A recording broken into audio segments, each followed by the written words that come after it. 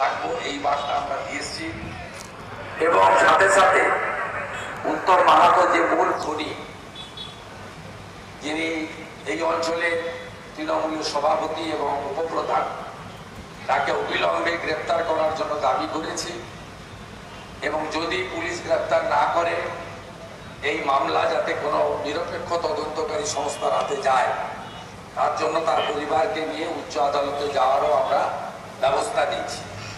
পরিবারকে দলের পক্ষ থেকে আজকে প্রাথমিকভাবে অর্থ সাহায্য করা হয়েছে, ভবিষ্যতেও পাশে থাকার অঙ্গীকার করা হয়েছে।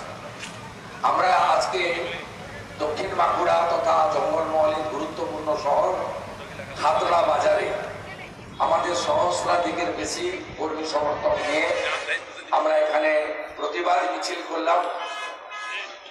বঙ্গবিহারী মাহাতোর ছবিকে মাথায় নিয়ে কালো ব্যাচ লাগিয়ে গণতান্ত্রিক ভাবে আমরা এখানে ভারতীয় জনতা পার্টির পরিবারের পক্ষ থেকে প্রতিবাদ করলাম।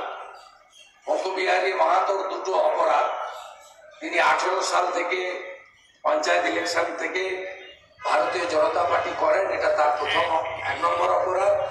দ্বিতীয় অপরাধ, কয়লা চক্রবর্তী চোর একটা সাংসদ হয়েছে এখানে, ডাকাত, 1 নম্বর ডাকাত।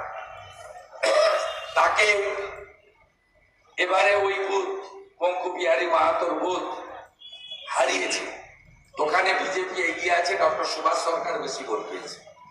তাই পথের কাঁটাকে এখন থেকে সরিয়ে দাও, 26-এ আবার কৃষির চুরির লাইসেন্স রিনিউয়াল করতে হবে, বিধানসভার ভোট আসছে। এইটা হচ্ছে মূল কারণ। আর আপনারা শুনলে অবাক হয়ে যাবেন যে মমতা বন্দ্যোপাধ্যায় এর আগে নারী নির্যাতন নিয়েও অনেকবার বলেছেন যে মেয়েটার চরিত্র খারাপ ছিল, প্রেম ঘটিত বিষয়, বহু টুকরো টুকরো কথা আপনাদের স্মরণে আছে।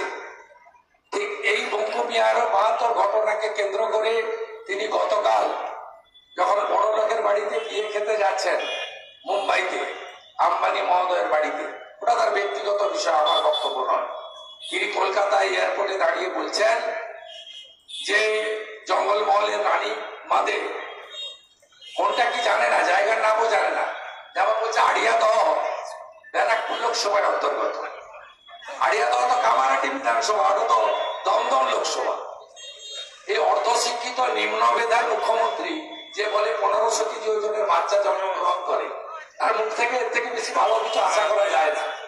তিনি কালকে বলছেন যে এটা পারিবারিক বিরোধ, তার উত্তর সনাতন আর জনার্দন দিয়ে দিয়েছে, বলে কোনো পারিবারিক বিরোধ নয়। বাবা 18 সালে উত্তমকে হারিয়েছিল, তার বদলা নিল কয়লা চক্রবর্তী জেতার পরে। তাই আজকে আমরা প্রতিবাদ করলাম, পরবর্তীকালে আরো বড় প্রতিবাদ হবে। উত্তম মাহাতো গ্রেপ্তার না হলে খাতড়া অচল হবে, আইন অমান্য আন্দোলন হবে, আদালতে যাব, পরিষ্কার শুনে রাখুন। এখানকার আইসি বাবা শুনে রাখুন, যিনি বালি থেকে মাল তুলেন, শুনে রাখুন। ভাইপো যিনি এসপি আছেন, শুনে রাখুন। আজকে আমরা ট্রেলার দেখিয়ে গেলাম, এরপরে সিনেমা দেখাবো। জঙ্গলমহলে খুনের রাজনীতি আমরা আমদানি করতে দেব না। তাই আমাদের সভা এখানে বেশিক্ষণ চলবে না। আসুন উঠে দাঁড়িয়ে 1 মিনিট নীরবতা পালন করি, বিদেয়ী আত্মার প্রতি শ্রদ্ধা জ্ঞাপন করি। শুরু।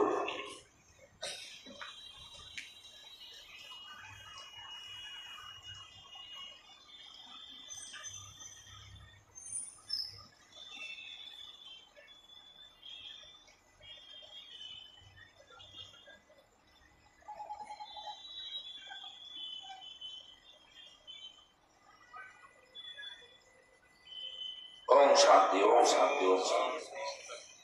সুভাষদাকে বলবো 1 মিনিট ধন্যবাদ জ্ঞাপন করে কর্মসূচির সমাপ্তি ঘোষণা করতে। সুনীলকে ধন্যবাদ দিই।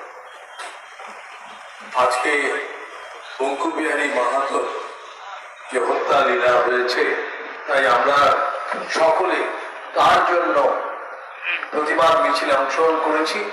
আমাদের যিনি বিরোধী দলনেতা, তার সঙ্গে আমাদের সমস্ত বিধায়করা এবং বাঁকুড়া জেলার বিধায়ক, একেবারে মানে আমাদের অ্যাডমিনিস্ট্রেটিভ বাঁকুড়া জেলা মাননীয় অমল রাও এসেছিলেন, জেলার সভাপতি সুনীল রুদ্র মণ্ডল এবং সমস্ত কার্যকর্তারা যারা এসেছেন এই প্রতিবাদ মিছিলে অংশগ্রহণ করতে, তাদের সকলকে অনেক অনেক ধন্যবাদ দিচ্ছি আমাদের পুরো সমস্ত পদাধিকারীদের পক্ষ থেকে। আর আপনারা এই সময়েও যেভাবে সবার সাথে আছেন, এই পরিবারের সাথে আছেন, সেই জন্য আপনাদেরকে অনেক ধন্যবাদ। সবাই এরপর বাড়ি ফিরে যাবেন, আর সব সময় যে তাদের সঙ্গে আমরা আছি এটা জানাবো। আর এখানকার মন্ডল সভাপতিরাও নিয়মিত খবর নেবেন। সবাই খুব ভালো থাকবেন, নমস্কার। আর এরপর